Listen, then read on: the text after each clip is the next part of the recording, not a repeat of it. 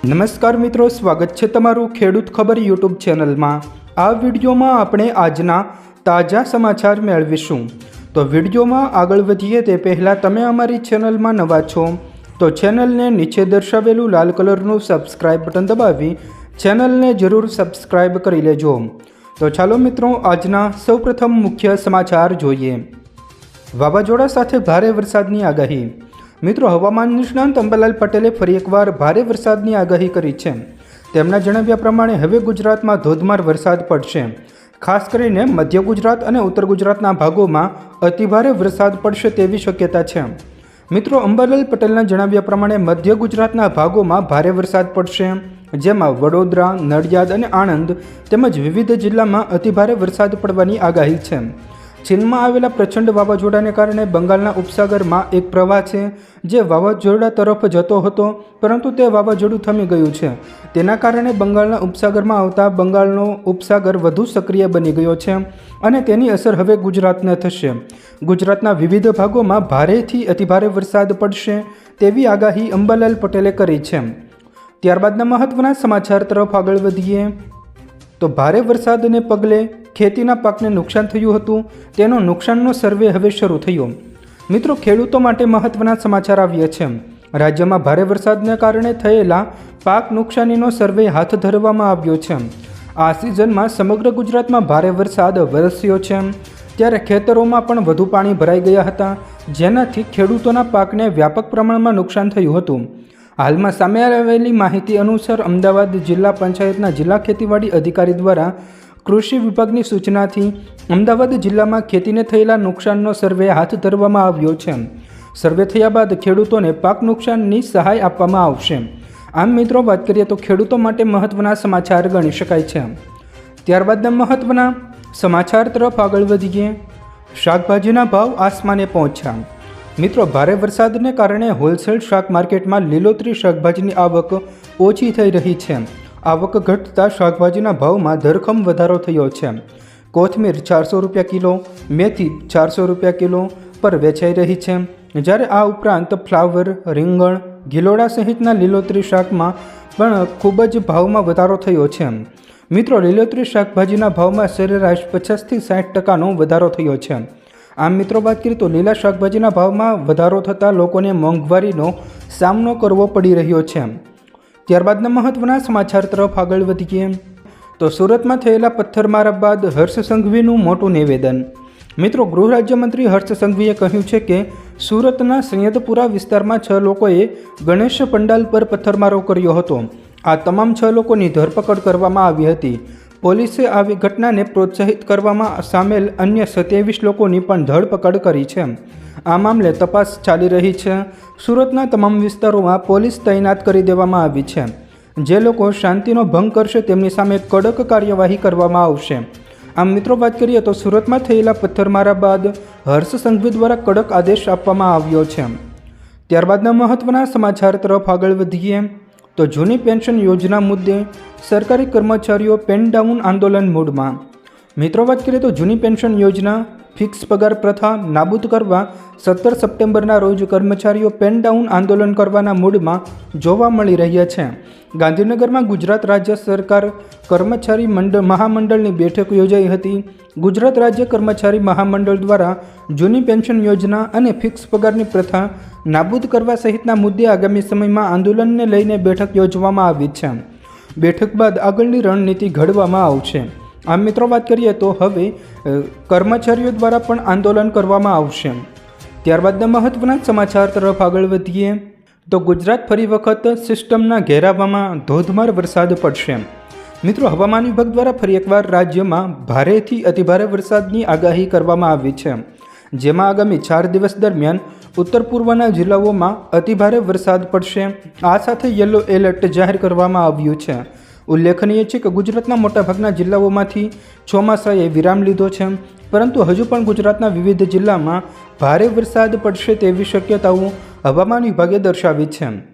ત્યારબાદના મહત્વના સમાચાર તરફ આગળ વધીએ તો હવે ફાસ્ટેગ નહીં પણ હવે આ રીતે કપાશે ટોલ ટેક્સ। મિત્રો, દેશમાં ટોલ પ્લાઝા પર ટોલ ફી વસૂલવાની રીતમાં આમૂલ પરિવર્તન થવા જઈ રહ્યું છે। આ માટે ટોલ પ્લાઝા પર automatic number plate recognition camera એટલે કે ANPR કેમેરા લગાવવામાં આવશે, જેની મદદથી ફાસ્ટેગને બદલે વાહનની નંબર પ્લેટ પરથી ટોલ ટેક્સ કાપવામાં આવશે. મળતી માહિતી મુજબ હરિયાણાના હિસાર અને રોહતક જિલ્લામાં એક ટોલ પર આવી નવી સિસ્ટમ લાગુ કરવાનું કામ પણ શરૂ કરી દેવામાં આવ્યું છે. ત્યારબાદના મહત્વના સમાચાર તરફ આગળ વધીએ તો ગણેશ ઉત્સવને લઈને ગૃહમંત્રી હર્ષ સંઘવીની અપીલ. મિત્રો, વાત કરીએ તો રાજ્યમાં ગણેશ ઉત્સવને લઈને ગૃહ રાજ્યમંત્રી હર્ષ સંઘવીએ લોકોને અપીલ કરી છે. તેઓએ જણાવ્યું છે કે લાઉડસ્પીકરને અને ડીજેને ધીમે વગાડવા, આ સાથે અન્ય લોકોને પરેશાની ન થાય તે રીતે તહેવારો ઉજવવાની અપીલ કરી છે. જ્યારે લોકો ઉત્સાહ સાથે તહેવારો ઉજવી શકે તેવી તમામ વ્યવસ્થા પણ કરવામાં આવશે. પોલીસને તમામ વ્યવસ્થા ગોઠવવા માટે પણ જણાવવામાં આવ્યું છે. આમ મિત્રો, વાત કરીએ તો ગણેશ ઉત્સવને લઈને ગૃહ રાજ્યમંત્રી હર્ષ સંઘવીએ કહ્યું છે કે ડીજે ધીમે વગાડવા. ત્યારબાદના મહત્વના સમાચાર તરફ આગળ વધીએ તો સરકારી ઇમારતો માટે સૌથી મોટો નિર્ણય કરવામાં આવ્યો. મિત્રો, રાજ્ય સરકારની વિવિધ સરકારી વિભાગોની ઇમારતો પર સોલાર રૂફટોપ સ્થાપિત કરવામાં આવી રહી છે. આ યોજના અંતર્ગત માર્ચ 2024 સુધીમાં રાજ્યની વિવિધ સરકારી વિભાગોની ઇમારતો પર 56.8 મેગાવોટ ક્ષમતાની 3023 સોલાર રૂફટોપ સિસ્ટમ સ્થાપિત કરવામાં આવી છે. આ વર્ષે રાજ્યની વિવિધ સરકારી ઇમારતો પર 48 મેગાવોટ ક્ષમતાની સોલાર રૂફટોપ સિસ્ટમ સ્થાપિત કરવામાં આવશે. તે માટે સરકાર દ્વારા 117.4 કરોડની રકમની જોગવાઈ પણ કરવામાં આવી છે. ત્યારબાદના મહત્વના સમાચાર તરફ આગળ વધીએ તો ઈદ એ મિલાદના જુલુસને લઈને લેવાયો મહત્વપૂર્ણ નિર્ણય. મિત્રો, આણંદમાં ઈદ એ મિલાદના જુલુસમાં ડીજે પર પ્રતિબંધ મુકાયો છે. જુલુસમાં ડીજે સાથે દારૂખાનું ફોડવા પર પ્રતિબંધ મૂકવામાં આવ્યો છે. બેઠકમાં ઉલેમાઓ અને આગેવાનો દ્વારા ચર્ચા વિચારણા બાદ જુલુસમાં ડીજે વગાડવા તેમજ દારૂખાનું ફોડવા પર પ્રતિબંધ મૂકવાનો નિર્ણય લેવાયો હતો, જેથી આગામી ઈદ એ મિલાદનો જુલુસમાં ડીજે વગાડી શકાશે નહીં તેમજ દારૂખાનું પણ ફોડી શકાશે નહીં.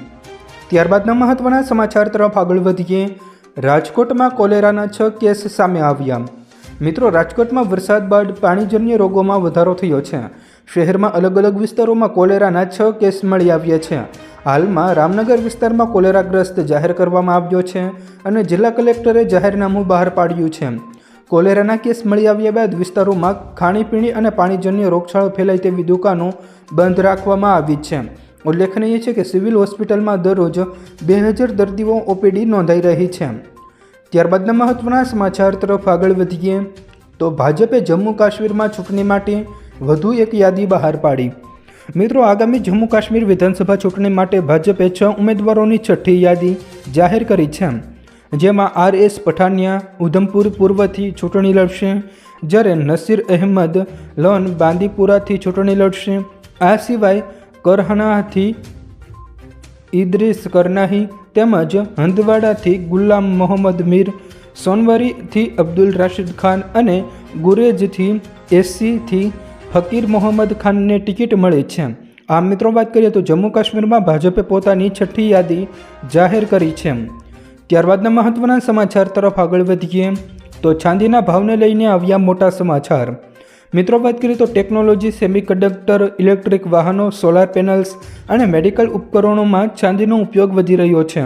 આવામાં આંતરરાષ્ટ્રીય બજારમાં ચાંદીની માંગ અને કિંમત ઝડપથી વધી રહી છે.